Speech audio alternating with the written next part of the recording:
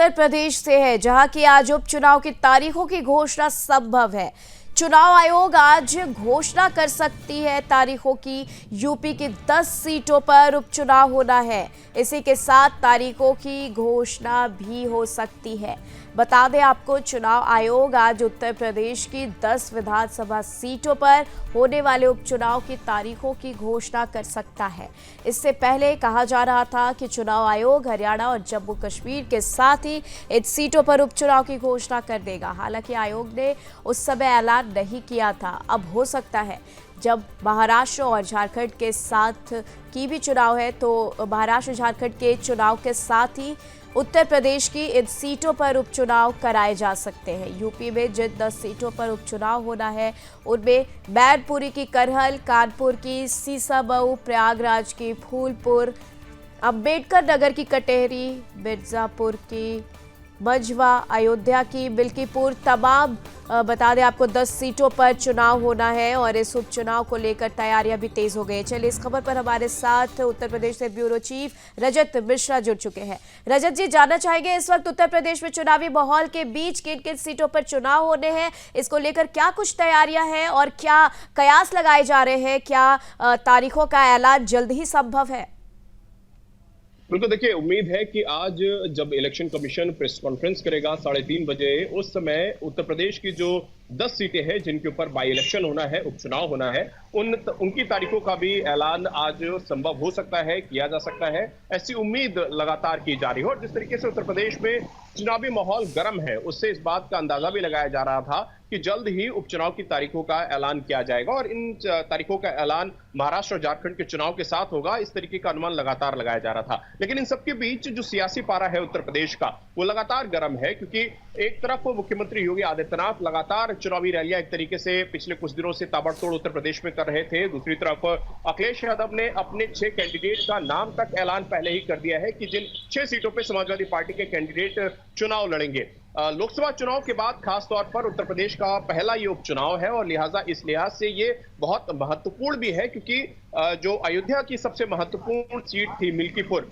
वो seat Samajwadi party के खाते में चली गई थी और उसके बाद से लगातार भारतीय जनता पार्टी के बैकफुट पे जाने की जो बातें थी वो लगातार की जा रही थी। इसलिए इस बार खुद मुख्यमंत्री योगी आदित्यनाथ ने मिल्कीपुर सीट को जिताने का जो जिम्मा है वो अपने कंधों पर लिया है और लगातार वो मिल्कीपुर में चुनावी रैलियां करते हुए पिछले कुछ दिनों में नजर भी आए हैं। कुल मिला के उत्तर प्रदेश में खासतौर पर कांग्रेस का और समाजवादी पार्टी का जो गठबंधन है, उसका आगे आने वाले समय में भविष्य क्या होने वाला है, इसका भी एक तरीके का लिटमस टेस्ट इस उपचुनाव में होगा। क्योंकि जिन 6 सीटों पर समाजवादी पार्टी ने अपने कैंडिडेट डिक्लेयर किए हैं, उनमें से कुछ ऐसी सीटें थी जो कांग्रेस अपनी तरफ मांग रही थी। कांग्रेस चाह रही थी कि वो सीटें कांग्रेस के खाते में जाए। हालांकि 4 सीटों पर इस गठबंधन की तरफ से अभी टिकटों का ऐलान नहीं हुआ है, नाम का ऐलान नहीं हुआ है, इसलिए उम्मीद है कि शायद इनमें से कुछ सीटें कांग्रेस के खाते में जा सकती हैं। वहीं दूसरी तरफ कानपुर और उसके अलावा जो अन्य उपचुनाव की सीटें हैं, उन सभी सीटों को जीतने के लिए इस बार भारतीय जनता पार्टी अपनी पूरी ताकत लगा रही है। मतलब 10 आउट ऑफ 10 की मार्किंग भारतीय जनता पार्टी की हो, इस लिहाज से तैयारियां भारतीय जनता पार्टी की तरफ से लगातार की जा रही है। सदस्यता अभियान जो भारतीय जनता पार्टी ने अभी पिछले कुछ दिनों में चलाया है, उस सदस्यता अभियान के दौरान ही इन चुनाव की तैयारियों का भी जो एक लेखा जोखा होता है, वो संगठन के लोग लगातार लेते हुए नजर आ रहे थे। तो कुल मिला के चाहे गठबंधन की बात हो या फिर भारतीय जनता पार्टी की बात हो, दोनों ही जो प्रमुख दल है उत्तर प्रदेश के, वो तैयार है इस उपचुनाव के लिए। बसपा की भूमिका क्या होगी, इसके ऊपर अभी सबकी निगाहें हैं कि क्या बसपा इन उपचुनाव में पार्टिसिपेट करेगी, या जिस तरीके से उपचुनाव में पार्टिसिपेट बसपा पहले नहीं करती आई है, इस बार भी इस तरीके उपचुनाव से अपने आप को बाहर कर लेगी।